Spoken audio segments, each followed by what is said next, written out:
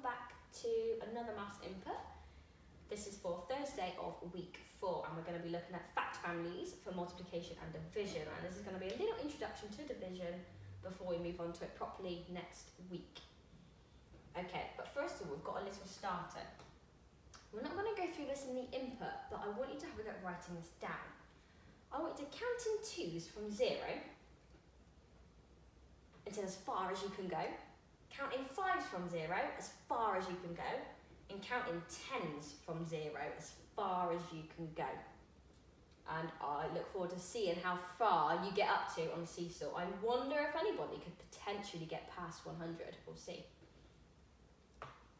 Okay, so first of all, we're going to recap what these two symbols mean. Now, I'm sure lots of you know what this one means already because we've been doing it the last couple of weeks, and it is you're right, the multiplication symbol.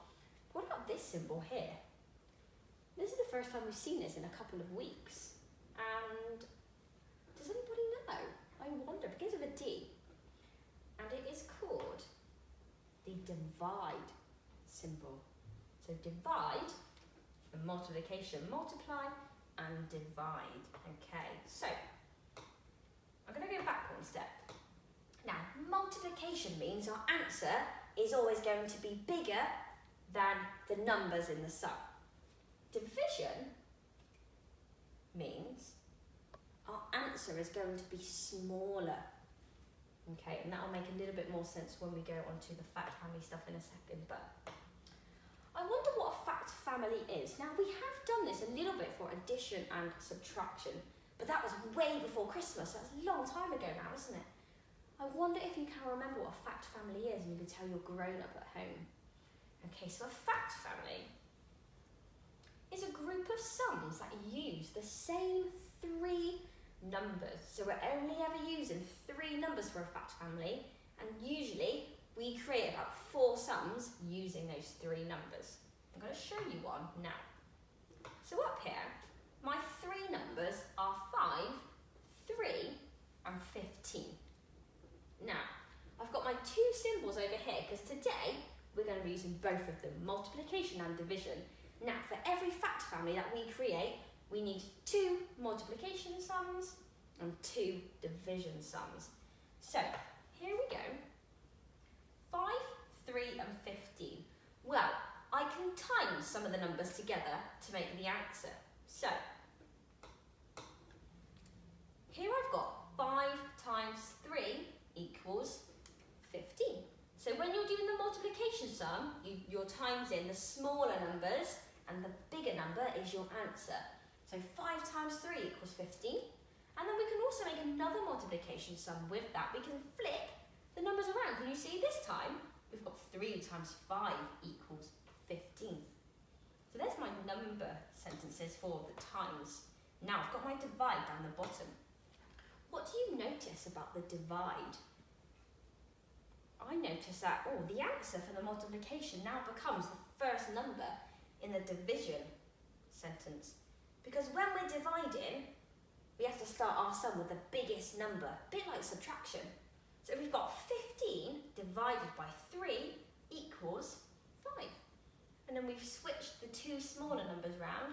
15 divided by 5 equals 3. Now we're going to have a go at a few more of them in a second.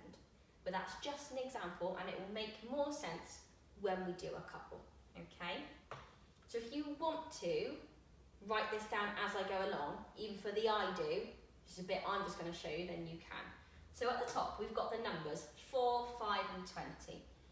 I need to fill in the gaps. I've got 2 multiplication sums and 2 division sums. So, well, from the previous slide, I know that when we're doing times sums, the biggest number out of the 3 is the answer. So I can already put that as my answer. The answer is 20. And the 2 smaller numbers are 4 and 5, aren't they? So it must be 4 times 5 equals 20. And then I need another multiplication sum. Well, I know the answer needs to be 20 again, because multiplication, the answer is always bigger, isn't it? And then I can swap the numbers round. So 4 times 5 equals 20. And 5 times 4 equals 20 as well. But what about the division? Remember, for the division, we always have to start with the biggest number. So what's the biggest number on our slide? You're right, it's the number 20, isn't it? So I'm going to pop the number 20 at the beginning. 20 divided by what? I wonder which number we could choose. Should we start with 4? I'm going to start with 4. 20 divided by 4 equals 5. Now, you don't need to know the answers for these because the numbers are already there for you. You just need to put them in the right order. Okay, so another division sum. Well, I know 20 has to go at the beginning because it's the biggest number. 20 divided by what this time? I've already done 20 divided by 4 equals 5, so I wonder what I could do next. I know I can swap the 4 and 5 round the other way. 20 divided by 5 equals 4. Okay, can you see? With the multiplication sums, it doesn't matter which way round you put the numbers, you always get the same answer. But for division, we can't do that. We get different answers. Because in division, we can't just swap the numbers around. It doesn't work like that. Okay, should we do another one? Right. I wonder, if you haven't already, this is your chance to have a go at writing it down as we go along. So let's read our 3 numbers out together. You ready? I'm going to point to them. I want you to read them out too. 7, 3, 21. Okay, so my answer is the biggest number. For my multiplication, the answer is the biggest number. So which is the biggest number? It's 21, isn't it? So I'm going to write that as my answer first of all. Then I've got my 2 numbers left over. So what can I times together to make 21? I can times 7 and 3. 7 times 3 equals 21.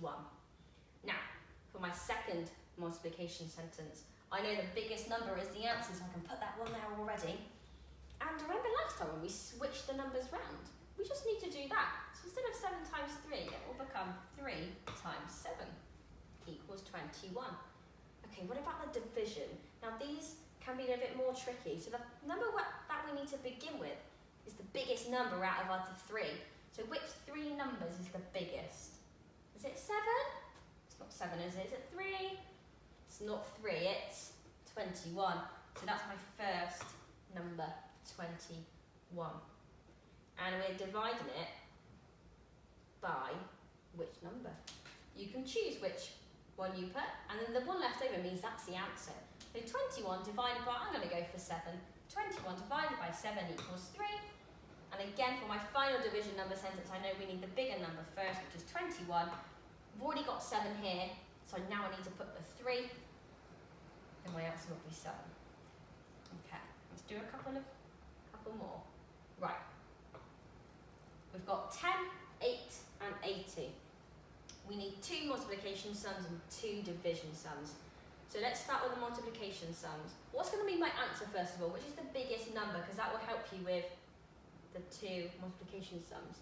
It's 80, isn't it? So let's write 80 down for our answer. 80.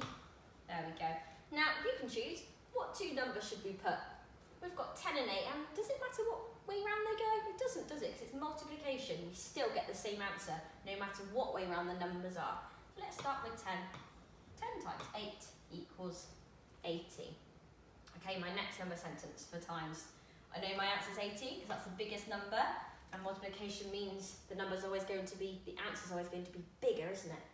Okay, now I just need to swap the 8 and 10 around.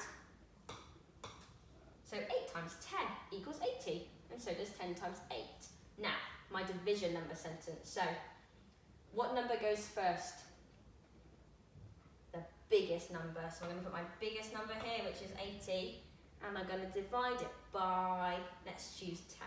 80 divided by 10, what's the answer? It's already there for you, just choose the third number. 80 divided by 10 is 8. Then we're going to start with our bigger number again, because division always starts with the biggest number, doesn't it? We've already done 80 divided by 10 equals 8, so what would my next one be? I just need to swap the 2 smaller numbers around. 80 divided by 8 will equal 10. Okay, and there's one more which you're going to have a go at on your own, and then I'll give you the answers in just a second's time. But pause the video there, see if you can work out where the numbers would go. Think about what's the biggest number Okay, I'm going to go through it now. So my numbers are 24, 2 and 12. Now, my multiplication answers, I know, have the biggest number, so I can save that one.